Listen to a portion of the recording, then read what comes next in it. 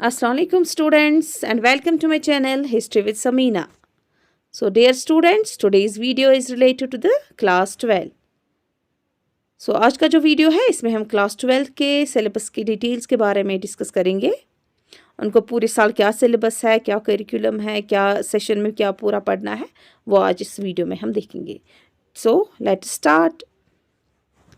सो dear students, जो 12th के students हैं उनको पूरे साल 3 बुक्स पढ़नी है।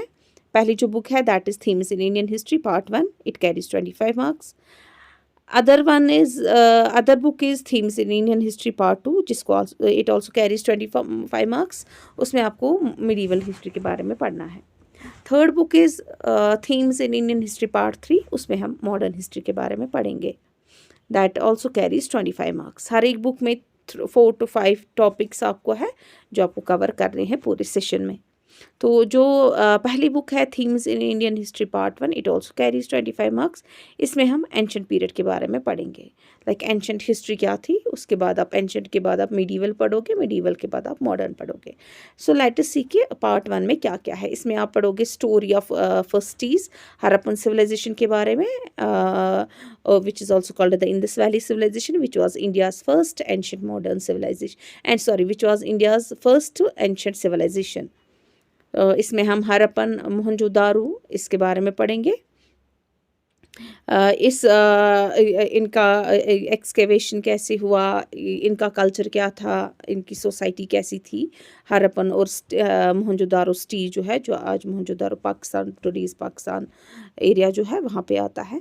इसमें हम पॉलिटिकल और इकोनॉमिक हिस्ट्री के बारे में पढ़ेंगे। Ancient, that main focus will be on the from the Mauryan period to the Gupta period, यानी कि मौर्य पीरियड से गुप्ता पीरियड तक जो एंशंट हिस्ट्री थी वो हम पढ़ेंगे।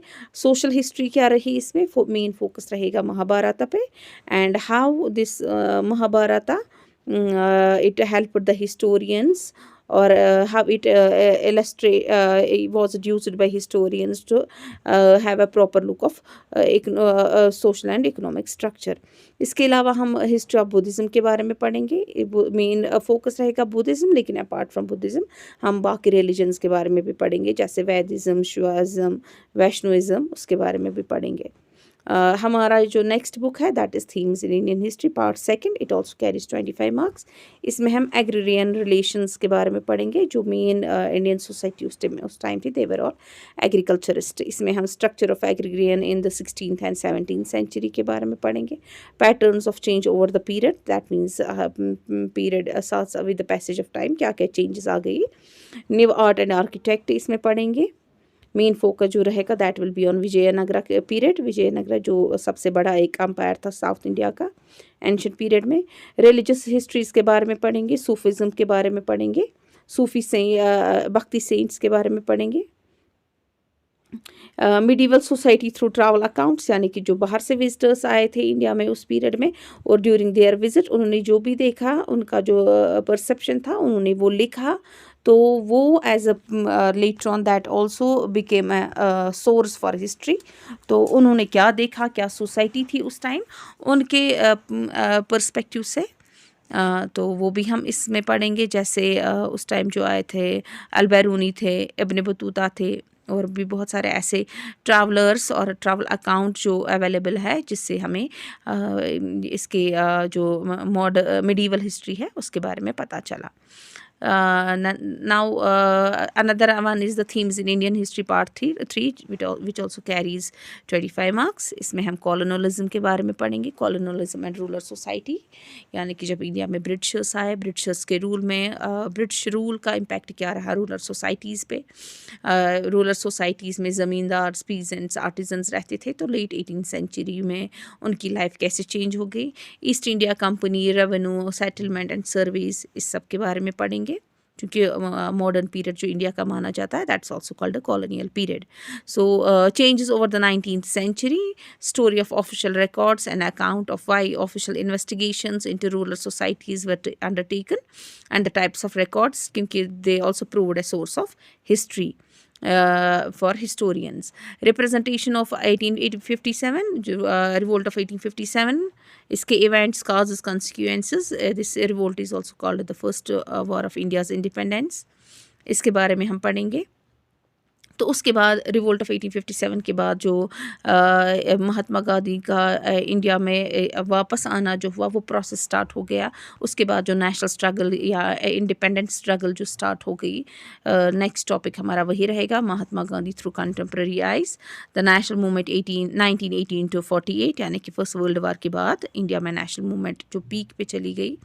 The nature of Gandhian politics and leadership, main focus रहेगा महात्मा गांधी 1931, दैट मीन्स जब सिविल डिसोबीडियंस मूवमेंट स्टार्ट हो गई। तो उसके बाद ही फिर सेकेंड वर्ल्ड वार स्टार्ट हो गया, दैट एंडेड इन ईयर 1945। तो उसके बाद ही फिर 1947 में इंडिया को आज़ादी मिली। तो after independence now the making of constitution, आज़ादी के बाद कॉन्स्टिट्यूशन बनाना था, उसके बाद नेशन स्टेट्स बनाने थे, उसके बाद लिंग्विस्टिक स्टेट्स बनाने थे। तो इसका स्ट्रगल क्या रहा है, इसके पीछे the people who were behind this struggle, तो उस सब के बारे में हमें पढ़ना है कि इंडिया का कॉन्स्टिट्यूशन कैसे फ्रेम हो गया। इंडिया का कॉन्स्टिट्यूशन जो फ्रेम किया that was the constituent assembly.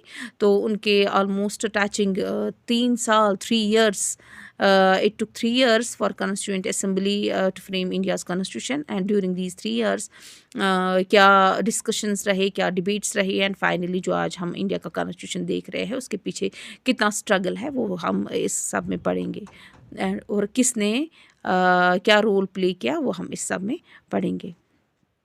सो ये जो आपके 3 बुक्स है, 3 बुक्स में आपको 25 मार्क्स है, दैट मीन्स टोटल 75 मार्क्स आ जाते हैं। तो आपको जो पेपर है वो आपको 80 मार्क्स का आता है। तो 5 मार्क्स जो रह जाते हैं वो आपको इन तीनों बुक्स में जितने भी यूनिट्स हैं उनके टॉपिक्स है, सब टॉपिक्स है, उस सब में वो आपको मैप आ सकता है। तो that map will carry 5 marks जो आपको क्वेश्चन पेपर में ही होगा। तो आपका टोटल 100 मार्क्स का पेपर है, 80 आपको बोर्ड पेपर आएगा, 20 मार्क्स जो है वो आपको प्रोजेक्ट है जो आपको सिलेबस में दिया गया होगा कि आपको कौन सा प्रोजेक्ट बनाना है। So hope this video will help you a lot. So now don't forget to share and subscribe my YouTube channel. Thank